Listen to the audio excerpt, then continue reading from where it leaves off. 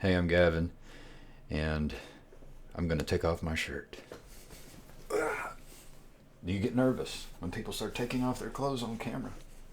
Well, so yesterday I went to church and I wore that shirt, but I had it on backwards.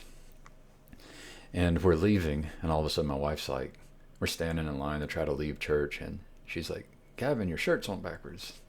She's like, I was wondering what jacket you were wearing, and I realized your shirt was on backwards. And then I was like, well, I wonder what everybody saw. And so this is what everybody saw. Goodfellow. And I think it's funny just because there's a part of me that wants to like wear some branding. And I've had the thought in the past that I would like somehow like try to advertise to people. It's like, hey, I'm someone who wants to help create peace on earth. And but by accident, I never even knew it was on this shirt. But totally on accident, I ended up walking around with this thing on my back that says Goodfellow. And it's like, I kind of like that. I feel like a good fellow. It's Goodfellow and Co. And yeah, it's a pretty cool brand name. Anyways, I've begun noticing my own laziness. Like I've been noticing my own fallenness, which is a good thing, especially if you were in my shoes, where you have been blind to a lot of your lack. And I'm trying to figure out ways to resist the darkness or the sin or the fallenness within me in order to cultivate a better way of living. And it's a little chilly. I'm going to put my shirt back on. Ta-da! I can do things. Look at me. Well, so I was thinking that when we go to church, we could, for example, create a video where we attempt to convey the message which was at church. Now I could try to do that from memory and might have certain amount of success, or the church I go to has an app and a notes section, and I could go to the notes, and that would perhaps be helpful, especially if I was caring for the audience. But then me leaning on the notes would facilitate a laziness within my mind. And so there's all these trade-offs that we can notice. But I'm going to use the notes. And the sermon was to make everything count. And I'm going to start with, I'm going to let you listen to the pastor. He had a good story to start the sermon with. So let's do that. Every summer almost, a group of friends, including Pastor Blake and his family, who are like family to us, Pastor Alan Pedram up in Huntsville, and other friends, dear friends of ours, go on these road trips, and we love this. I know this may sound crazy to a bunch of y'all, okay? But we love to go on a road trip. I love road trips. I love interstates. I love truck stops. I love all of it, right? And then we camp along the way. So this was like the most epic of all these trips. We drove all the way from Alabama to California. It was awesome. And I know that's hard to believe, but it was awesome. And so we get there, and my boys, or really all the kids, want to go surfing. And so this is where the story, okay, if you're a fireman, you know what I'm talking about. There's like a 1-alarm fire and a 5-alarm fire. Okay, we're moving towards a 5-alarm fire. So here's the first alarm. They wanted to go surfing, so I found us surf lessons on Groupon. Okay, that's where we're heading, all right? So anyway, we get there that morning, beautiful morning. The sun's rising. It's super early. It's freezing cold. They give us all wetsuits. I was going to show you all a picture, but y'all don't want to see none of that. So we're getting our wetsuits on. They give a little orientation, and they're like, okay, let's go. So everybody, I stay on the beach. Everybody else, I'm kind of watching it first. They run off into the water, and the kids are automatically amazing. That's kind of how kids are. They just pick it up, and they're surfing. It's so much fun. I got a report that your campus pastor here at Grants Mill, Blake Lindsay, is an unbelievable surfer. Like, it should be his hobby, all right? I mean, he's just up there immediately putting us all to shame. If you're in Huntsville right now, Pastor Allen, I'm going to let him report to you how he did surfing. I'm not going to say anything. I'll let him share that story. It's his story to tell. So anyway, so I'm like the last guy to go, and there's one instructor left who walked up to me, and he's like, total surfer dude. He's like, hey, bro, you want to go? And I'm like, yeah. And I'm like, hey, I'm Mark. He goes, well, my name's Blaze, alarm number 2. His name is Blaze. I'm like, I can smell that your name is Blaze right now. And so he's like, hey, and this is alarm number 3. He's like, hey, do you want to surf like up here with the kids, or do you want to go way out there? And I'm like, I'm a man. We're going way out there. Blaze, let's go. All right. So I've never surfed, so I have no business doing this. So we start paddling, and y'all, it is incredibly difficult. I'm like trying to be a youth pastor to Blaze now. I'm like, do you have a personal relationship with Jesus Christ? And we're like getting past the first group of waves and into like the deeper water, and then there's like a break, and there's these bigger waves. And about halfway there, I'm like, small talk. He really isn't giving me any instructions, so I'm kind of like trying to get there, and I'm like, asking him all these questions, about how long have you been an instructor? He's like, bro, I've never done this before. This is my first day. It's true. He goes, they hit me on WhatsApp. I don't even know these guys. Like, I had never done this. I'm like, dear Lord. I'm like, honest to God, this is the honest truth. I'm like, what would Pastor Chris think right now? Like, this is not good. I have a call of God on my life. What am I doing out here, And then he goes, and I don't even know why we chose this beach. I mean, there's sharks everywhere out here. I mean, this is like alarm bell number 5. So now we're like 150, 200 yards out in the ocean, and I'm paddling right there, and I'm tired. So Blaze kind of does his Blaze thing. He kind of floats off, and I don't see him for a minute. And when out of nowhere, like the sun is still kind of rising, Blaze catches a wave, and he comes surfing past me, looking like he's like the perfect surfer. He's like, hey, bro, what are you waiting for? I don't know how to surf, Blaze. That's what I'm waiting for. All right, so, okay, funny story.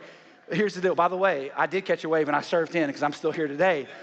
But I had a decision to make, and we all have this decision to make. I know we all feel underqualified naturally when it comes to our relationship with God. But hey, God has brought us this far, and we're kind of sitting in a moment of decision. Are we going to just hang out where we are, or are we going to catch the wave, everybody, and go where God wants to take us? What are we waiting for? So I thought that was good. And I will link to the sermon. And I also used Harpa AI to generate notes. And I'll try to get that to, I've never done this before with my church, but I'll try to get that to the church and offer to volunteer using artificial intelligence, maybe even software, to add takeaways, AI generated takeaways and timestamps. So that never occurred to me, but I'll offer that to the church as well today. And that's what I like to do. I like to try to help. I want to help. So what are the notes? Well, the question is, what are we waiting for? And the verse is 2 Corinthians 6:2. I tell you, now is the time of God's favor. Now is the day of salvation. So this is where the pastor starts off. And this is the next verse. For we are God's masterpiece. He has created us anew in Christ Jesus so we can do the good things He planned for us long ago. And I want to, actually, my mind works a little different. I want to kind of give you like a summary overview outline first. So I'm going to do that.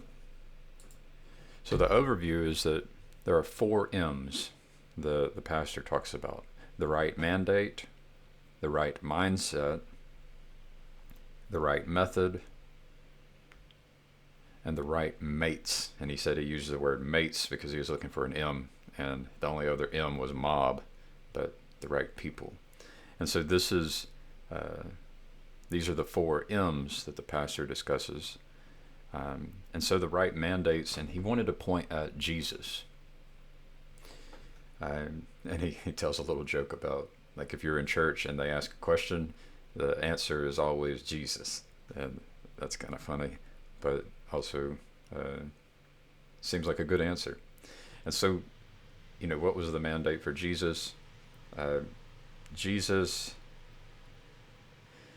went to go after the lost sheep. And let me find that part. And I'm kind of repurposing or reinterpreting what the pastor said. His was long and was actually, I felt, a little overwhelming, and I'm a bit slow, and that's a good thing because maybe that helps people who are also slow. But he pointed at Luke 19:10, and this is what came to mind for me about the intention of Jesus. For the Son of Man came to seek and to save the lost. And this is when I try to practice making Jesus king, I remember this. Like in my mind, this is the mission.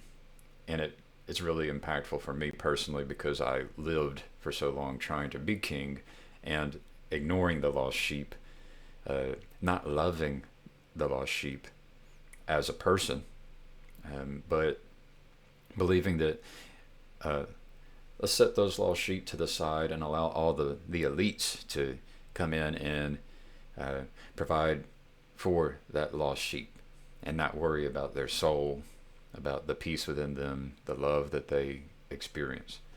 And then in making Jesus king, it's like, no, in fact, you elites go step aside.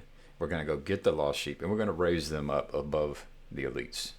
And gives me goosebumps. So that's, of the 4 M's, the number 1 M is that, it was masterpiece. And so, I guess I was lost even in this sermon. The number 1 M was masterpiece. The number 2 M was mindset. And the number 3 M was method. And so this pastor points at, so this is where I went. This is where I focused, actually. This is what captured my attention, was the right method. And that's a part of my brain, methodical. And so Jesus was intentional, and this was his intent, to go after the lost sheep. And then he says Jesus was selective. And so after you know your aim, your mission, then you can begin to say yes and no. And so the pastor talks about how the world, it's like it can just like sweep you away like the current in a river. And in order to be able to say yes and no allows you to plant your feet so that you don't get swept away by the river, which is an interesting metaphor because I've also heard the church talk about go all in. So this is a dangerous thing, going all in to the waters where there can be a current. And so I really enjoyed this part of the sermon where there's a point pointing at the method. This is my favorite M of the 4 M's, the right method.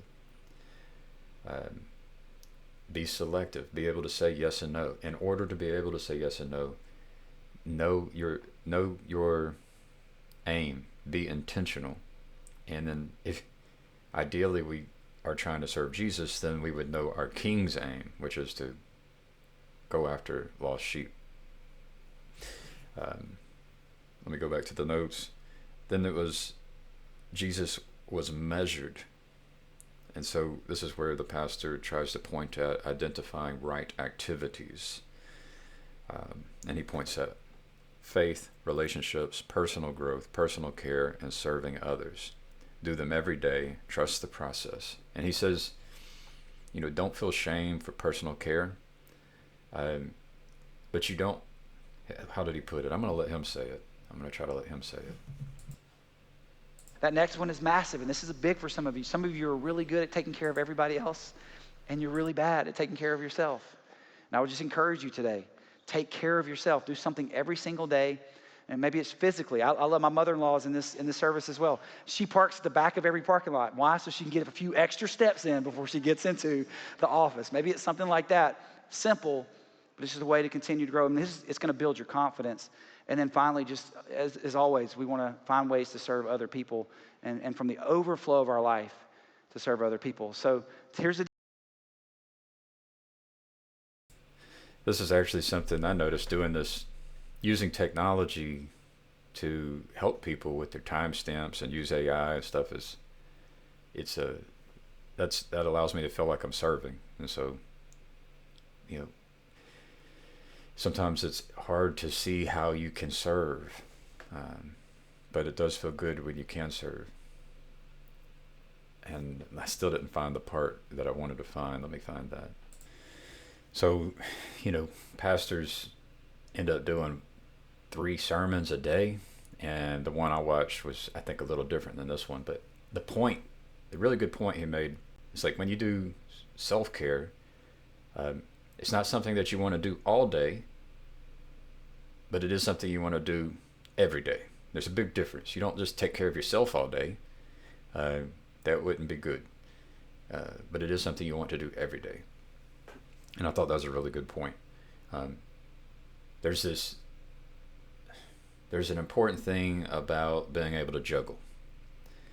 If you've ever seen jugglers, like you can take a ball, throw it in the air and catch it. Throw it in the air and catch it. You focus on that ball.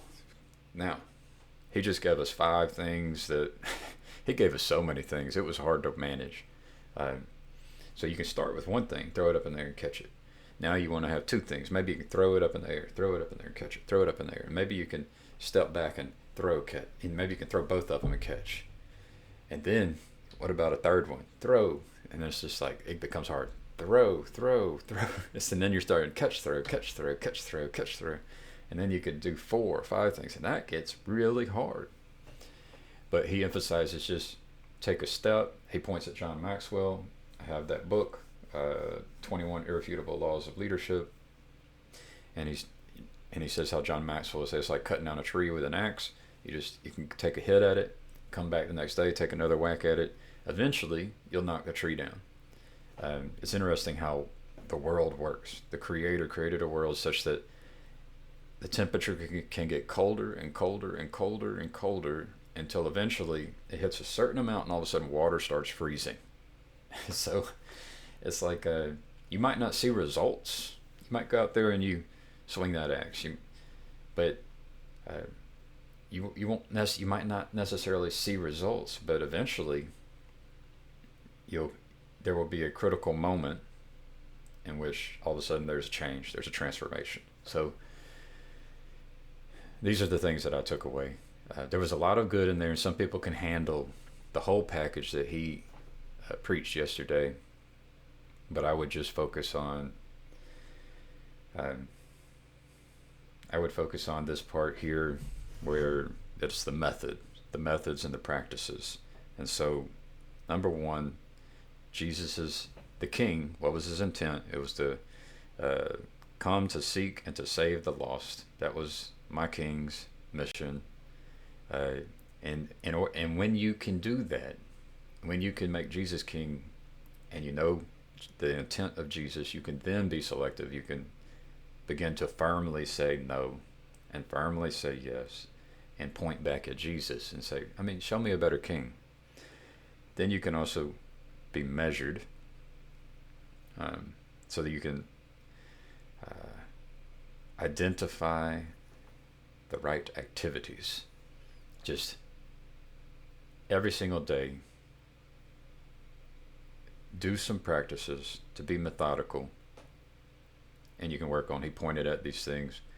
If you want to keep it really simple, he encourages you to pray, to read some scripture, and to worship. So 3 things if you want it to be very simple. But he pointed at more like you've got your faith, relationships, personal growth, personal care, and serving others.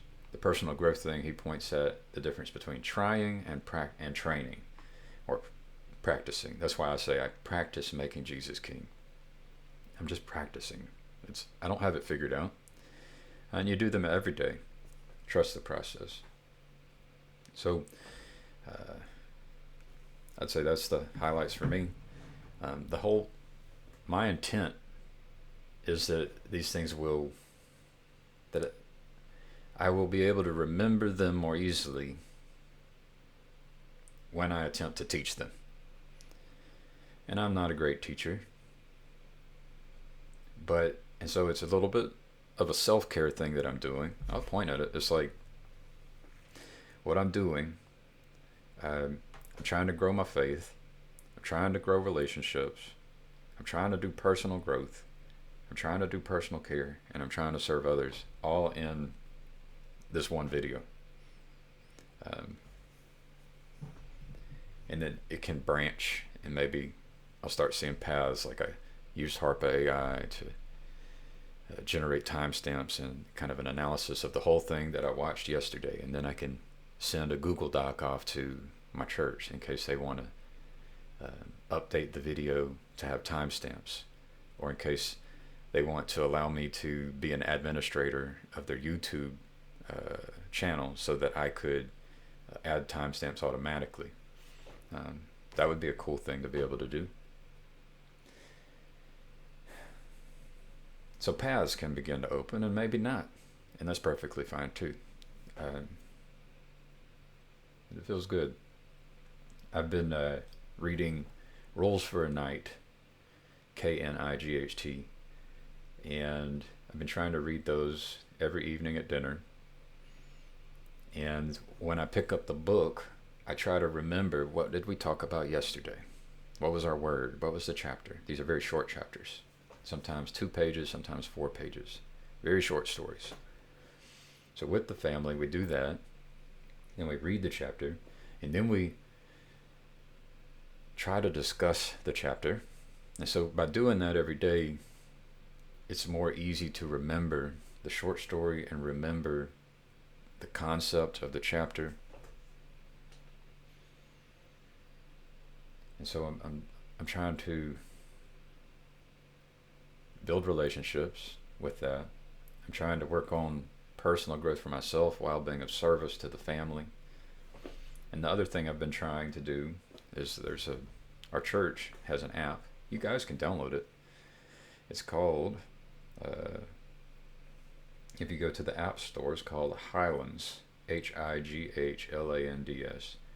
And I go to the app, and you could go watch yesterday's service there. The pastor's name is Mark Pettis. I don't know if he's as good as Pastor Chris at putting the cookies on the bottom shelf, but maybe I've helped with that today. And then there's this thing called Bible, 1 Year Bible. And so today's 1 Year Bible, Monday, January 29th, 2024. There's a devotional, Exodus, Matthew, Psalm, Proverbs, different parts. And so, my preference tends to be the book of Matthew here. And so I go to the book of Matthew, and then I can try to focus on a part of this with the family once everybody's awake. And then haven't done it yet, similar to the way we read Rules for a Night, we could say, what did we read yesterday? Revisit yesterday's, read today's, and then kind of revisit the today's reading, and then do that every day. So these are things, the practices, the activities, the daily activities that, so I'm trying not to be lazy. But today, Matthew 19:13 through 30, the little children of Jesus. Then people brought little children to Jesus for him to place his hands on them and pray for them. But the disciples rebuked them. Jesus said, "Let the little children come to me, and do not hinder them, for the kingdom of heaven belongs to such as these." When he had placed his hands on them, he went on from there. Just then a man came up to Jesus and asked, "Teacher, what good thing must I do to get eternal life?" "Why do you ask me about what is good?" Jesus replied. "There is only one who is good. If you want to enter life, keep the commandments." "Which ones?" he inquired. Jesus replied, "You shall not murder. You shall not commit adultery. You shall not steal. You shall not give false testimony. Honor your father and mother, and love your neighbor as yourself." "All these I have kept," the young man said. "What do I still lack?"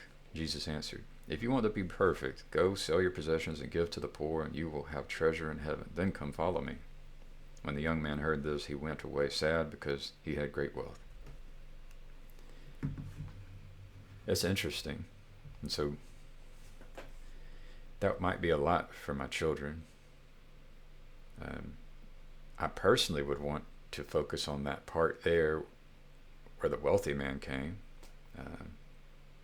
Me personally, there's a question of what would be best for my family, and I don't know. I'm not a great pastor.